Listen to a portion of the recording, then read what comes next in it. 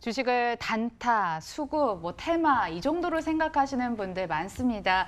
올해 과연 얼마만큼의 수익을 보셨나요? 쉽지 않으셨다고요? 그렇다면 오늘 저희가 제시한 길을 통해서 어떤 또 트레이딩 말고 이외에 수익 마련할 수 있는 길이 있는지 찾아보시길 바라겠습니다.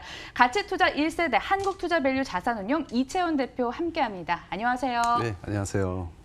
대표님께서는 가치 투자를 중심으로 운영을 하고 계시는데요. 제가 듣기로는 과거에 435% 수익을 달성했던 경우도 있었고요.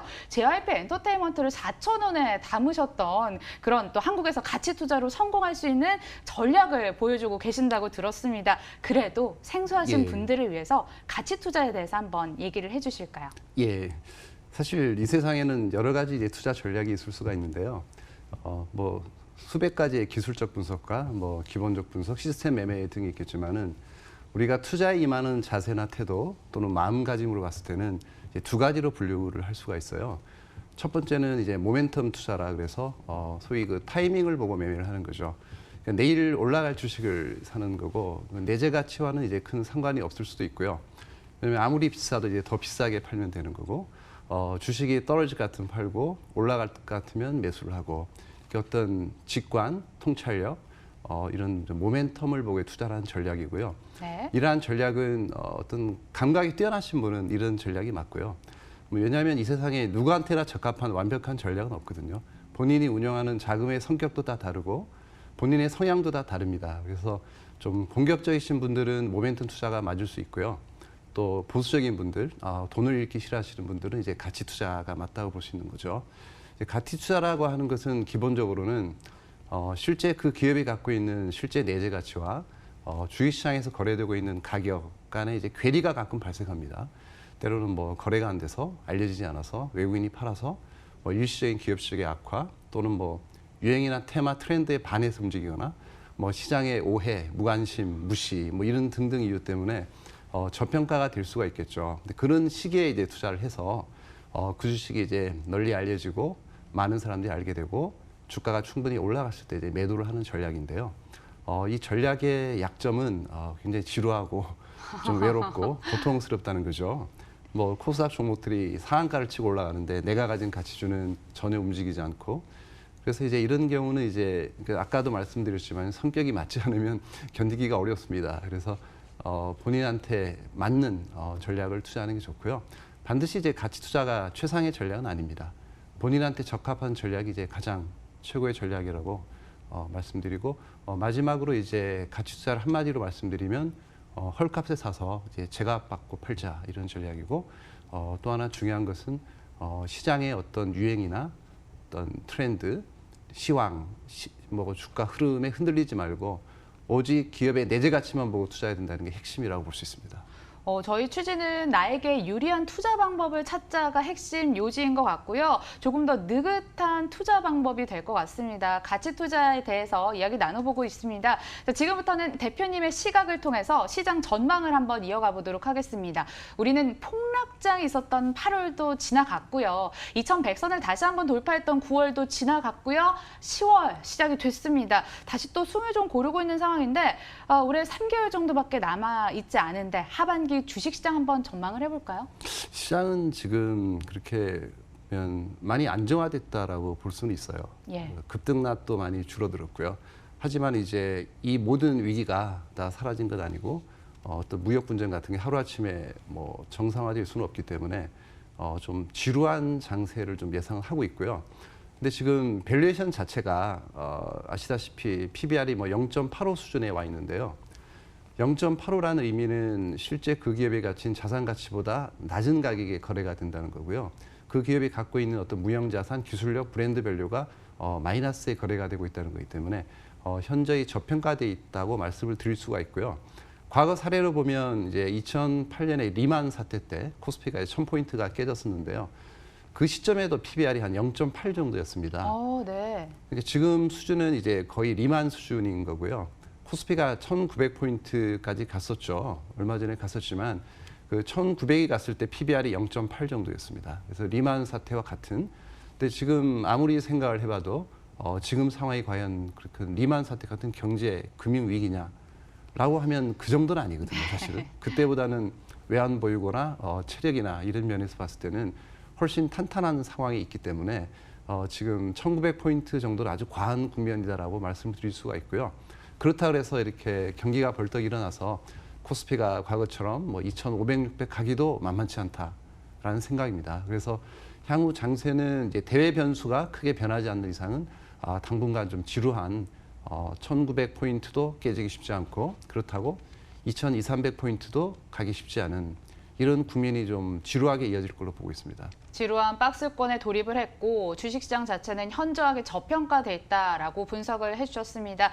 내친김에 하반기 경기 전망도 듣고 싶습니다. 그동안 미국과 중국의 무역 전쟁으로 인해서 수출이 둔화되고 있고 경기가 확연하게 좋아지거나 특정 업종의 대박을 또 기대하기는 힘든 상황 아닌가요? 예, 그렇게 보고 있습니다. 사실은 우리나라 같은 경우는 기업들이 대외 의존도가 높고 경기에 민감하기 때문에 사실은 글로벌 경기 동향에 영향을 아주 많이 받습니다. 그래서 무역 분쟁은 굉장히 중요한 이슈이기도 하고요. 특히 뭐 저희 같은 경우 중국 의존도도 굉장히 높고 미국에도 수출을 많이 하는 상황이기 때문에 이러한 대외 여건은 수출 기업들은 좀 불리하게 좀 작용을 할 것 같고요. 그래서 지금 실제로 보면은 몇몇 업종을 제외하고는 이렇게 실적들이 썩 좋지 않은 상황입니다. 그리고 지금 전 세계 좀 경제가 블록화되고 있고 이런 무역 분쟁이 일어나는 이유도 그 근본에는 사실은 자국 보호주의거든요. 미국은 어떻게 하든 미국 기업을 보호하려고 하고 중국도 마찬가지로 어떻게 하든 화웨이 같은 중국 기업을 보호하려고 하고 있습니다. 일본도 마찬가지고 유럽도 마찬가지겠죠. 그래서 단 이런 상황에서는 좀 지금 내수 경기도 썩 좋지 않기 때문에 저희가 기대하고 있는 건 정부의 좀 적극적인 좀 부양 정책이라든지 이런 게 나와주면은 하반기에 좀 경기가 돌아설 수 있겠지만 그렇지 않으면 좀 쉽지는 않을 걸로 보고 있습니다. 경기에 대해서는 크게 기대를 안 하고 있는 상황입니다, 지금.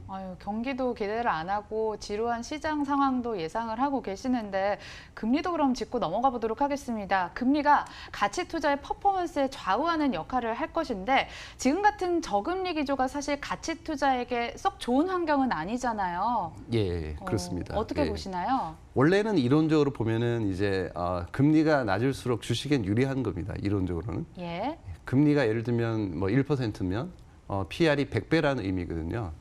그 1대 역수가 PR이기 때문에 100배라는 의미고 주식 같은 경우는 한 10% 정도 돈을 벌면 PR을 10배라고 얘기를 하죠. 1대가 10%면 그 역수가 10배이기 때문에 10배입니다.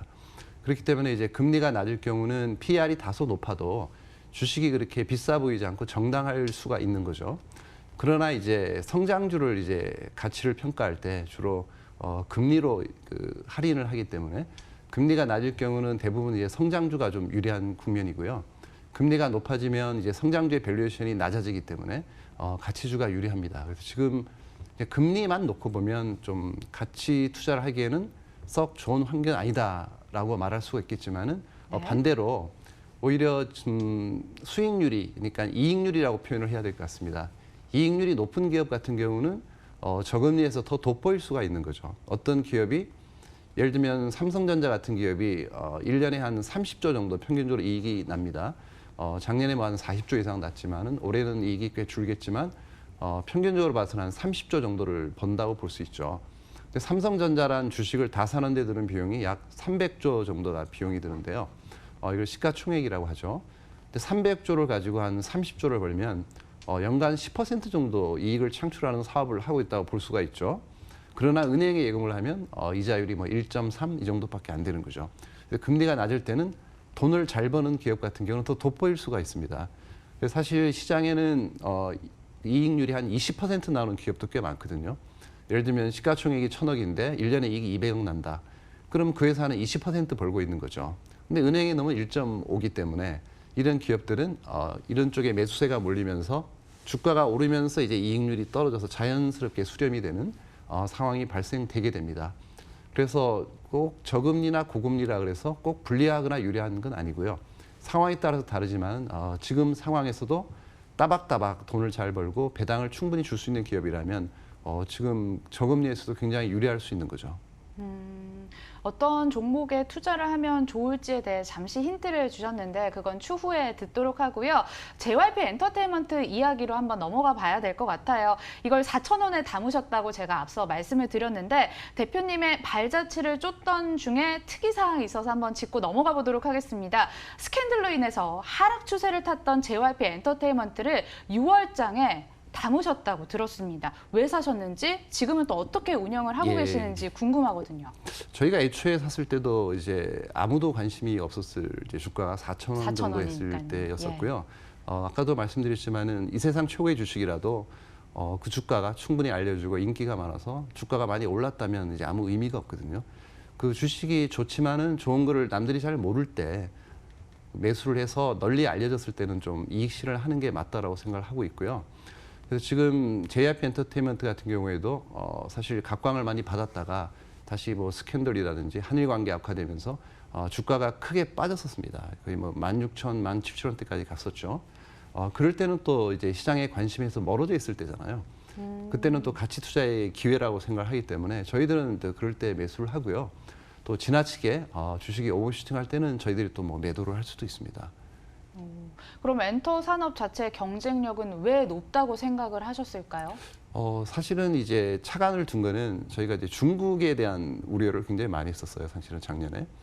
그래서 사실은 결국은 이제 대부분의 산업이 이제 중국으로 넘어가는 그런 단계에 있기 때문에 과연 중국이랑 경쟁해서 이길 수 있는 산업이 뭐가 있을까라는 고민을 했었고요. 그 와중에서 저희는 세 가지 카테고리를 발견할 수가 있었습니다. 첫 번째 카테고리는 뭔가 대체제가 없는 것들. 네.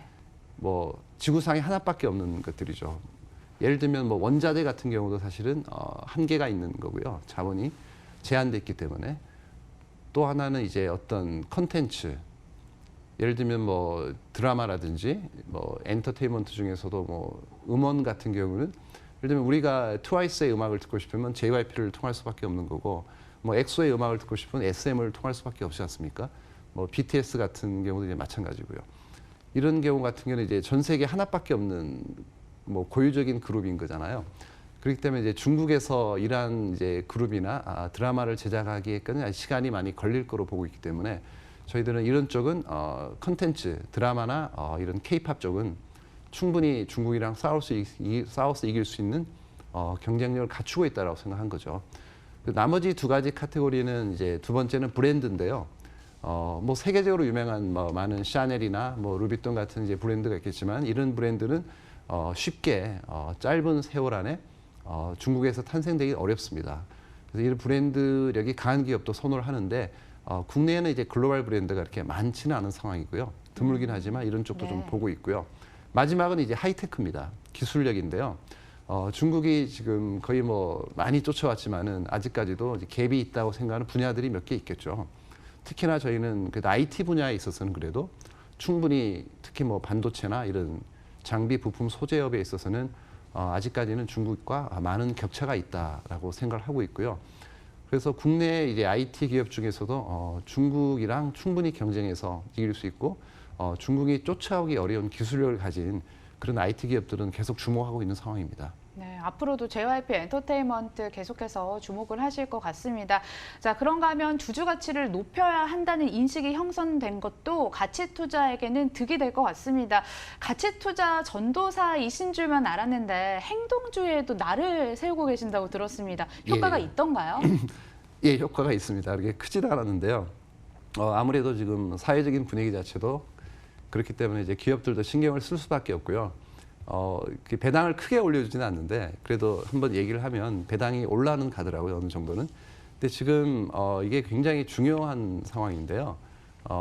지금 글로벌리 보면은 미국 같은 경우도 리만 사태 이후에 10년 동안 미국의 성장주는 약 8배 이상 올랐고요. 미국의 그 다우 지수는 4배 정도 올랐죠. 인덱스는. 근데 2배 이상 오른 거죠. 반면에 미국의 가치주는 2배 정도밖에 못 올라서 거의 미국의 인덱스를 80% 언더퍼폼 한 거죠. 그러니까 미국의 성장주는 이렇게 올랐는데 가치주는 이렇게 빠지는 겁니다. 10년을 놓고 보면. 이런 현상이 벌어진 게 이제 뭐 저성장 이런 것 때문에 벌어졌지만은 저금리도 뭐 기여를 했고요. 근데 우리나라 같은 경우는 사실은 과거 10년간 크게 성장을 하지는 못했어요. 솔직히 말씀드리면. 미국 같은 플랫폼 기업이 많지가 않아요. 우리는 아마존, 구글, 넷플릭스 같은 기업이 없기 때문에 크게 성장은 못했지만은 기업들이 돈은 많이 벌었습니다. 10년 동안. 재작년 같은 경우는 새우 거의 130조 정도 이익이 났고요. 작년에도 125조 이익이 났고 올해 예상은 이제 95조 정도로 예상을 합니다. 과거 10년간 거의 100조 정도는 꾸준히 매년 벌었기 때문에 한 1000조 정도를 벌어서 한 200조 정도를 배당으로 준 거죠. 이런 이제 주주 환원율이 좀 낮은 편입니다. 20%면. 이 주주 환원율을 예를 들면 30% 정도로 올린다면 기업의 이제 배당 수익률이 한 50% 늘어나게 되는 거죠. 이렇게 되면 그 만성적인 코리아 디스카운트 요인이 충분히 없어질 걸로 보고 있어요. 그래서 저희들은 이런 지배구조의 변화나 어떤 주주 환원 정책이 개선이 돼야지만 한국 시장의 재평가가 이루어진다고 보고 있어요. 그래서 이런 좀 스튜어십 코드나 주주 행동주의는 굉장히 지금 엄청나게 큰 좀 트리거 역할을 할 수가 있다라고 보고 있습니다. 스튜어디십 코드를 또 선제적으로 도입하셨기도 했고 이채연표 행동주의가 한국 시장에 큰 울림이 되고 있으리라 믿습니다. 자, 끝으로 질문 드리겠습니다. 핵심 질문입니다. 앞으로 어떤 가치 투자 섹터가 제일 유망할까요? 어쨌든 지금 그러니까 이게 아까 말씀드린 저성장 국면에는 예. 오히려 성장도가 더 올라가요. 성장에 대한 목마름이 강하기 때문에 이 와중에도 성장 기업은 귀하기 때문에 전 세계를 봐도 뭐 아마존, 구글, 넷플릭스 이렇게 많지 않습니다. 그래서 이런 기업들이 천정부지로 주가가 오르는데 이게 영원히 오를 수는 없기 때문에 어느 순간이 되면 이쪽들이 좀 주춤하는 상황이 옵니다. 그렇게 되면 본격적으로 이제 세컨드 라운드가 시작되는데요. 두 번째 라운드는 이제 과거 성장의 결실을 일시에 취하려는 움직임이 나타납니다. 다른 말을 말씀드리면 더 이상 팔 우물이 없기 때문에 할 수 없이 고여 있는 물을 정화해서 마시는 시대가 온다는 거죠. 우리나라의 기업들은 그동안 잠재된 어떤 현금성 자산이나 좋은 우량 자산들이 많이 내재되어 있기 때문에 이런 자산을 취하려는 움직임이 이제 하반기에 강하게 일어날 걸로 좀 보고 있어요. 그래서 저희가 보기에는 이제 불확실한 미래 성장보다는 지금 뭔가 눈에 보이고 손에 잡히는 그런 예를 들면 배당금이라든지 현금을 많이 갖고 있는 기업이라든지 우량한 땅을 갖고 있는 기업이라든지 이런 쪽 특히 이제 좋은 자산을 많이 갖고 있는 자산주에 저는 굉장히 주목을 해야 된다고 생각합니다. 역사상 PBR이 좀 가장 낮은 국면 중에 하나라고 보고 있거든요. 지금이 심지어는 PBR 0.2도 나오고 있고요. 현금성 자산이 시가총액의 2배 가까이 되는 그런 기업까지 등장을 하기 때문에 아주 드문 케이스로 보고 있습니다. 그래서 앞으로는 배당을 많이 주고 지금 상황이 아주 좋지는 않지만 그동안 번 돈이 많아서 곳간에 재물이 두둑하게 쌓여 있는 그런 자산주에 대해서 주목을 하는 게 좋을 것 같습니다. 하반기에는 가치 투자의 시대가 온다. 유망 분야로는 배당주, 자산가치 우량주를 주목하고 계십니다. 지금까지 가치 투자의 대가 이채연 대표 모시고 이야기 나눴습니다. 대표님과 인사드리면서 저희도 인사 나누죠. 시청해주신 여러분 고맙습니다.